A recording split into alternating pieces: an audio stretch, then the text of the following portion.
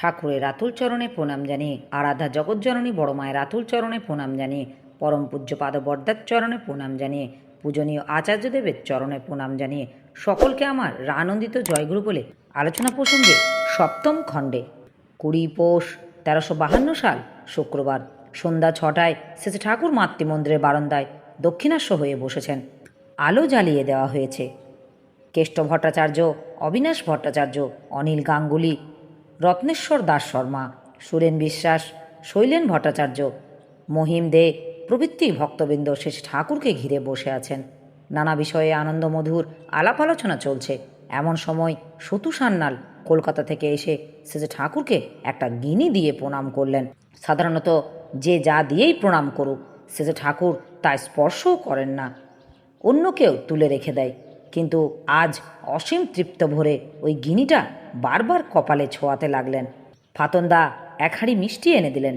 শেষে ঠাকুর তা বড় মার কাছে দিতে বললেন এবং গিনি হাতে নিয়ে বলতে লাগলেন, এ আমি কোথায় রাখি? পরে সতুদাকে বড় মাকে ডাকতে বললেন। বড় মা আসার পর বললেন, সতু আমার জন্য এই গিনিটা এনেছে, এটা রেখে দেও, খরচ করো না। এই গিনি আমার অযুক্ত কোটি টাকার সমান। টাকা বললে ছোট হয়ে যায়, অযুক্ত কোটি অর্থের সমান। এ হলো মহানিধি।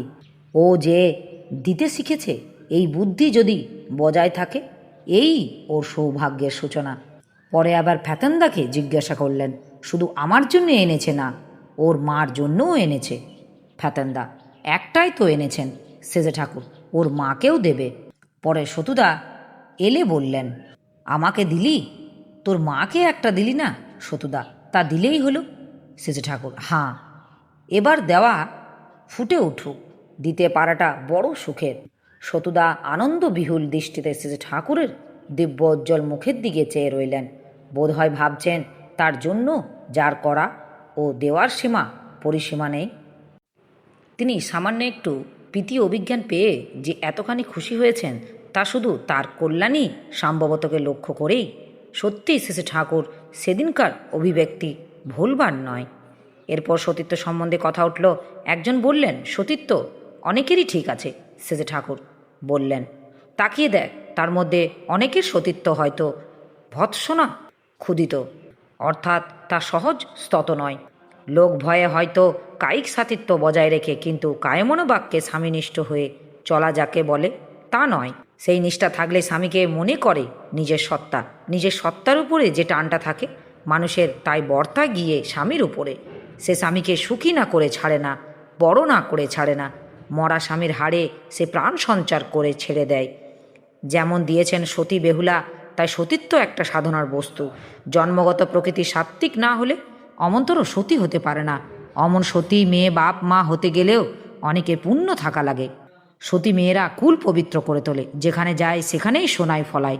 লক্ষ্মী সরস্বতী দুই তাদের পাছে পাছে ঘোরে। তাদের পেটের ছেলেপুলেরা হয়তো এক এক দেবতা। সাধারণত ছেলেবেলা থেকে বাপের উপর যে মেয়েদের নেশা থাকে, তাদের পরে ভালো হতে দেখা যায়, স্বামীনিষ্ঠ হতে দেখা যায়।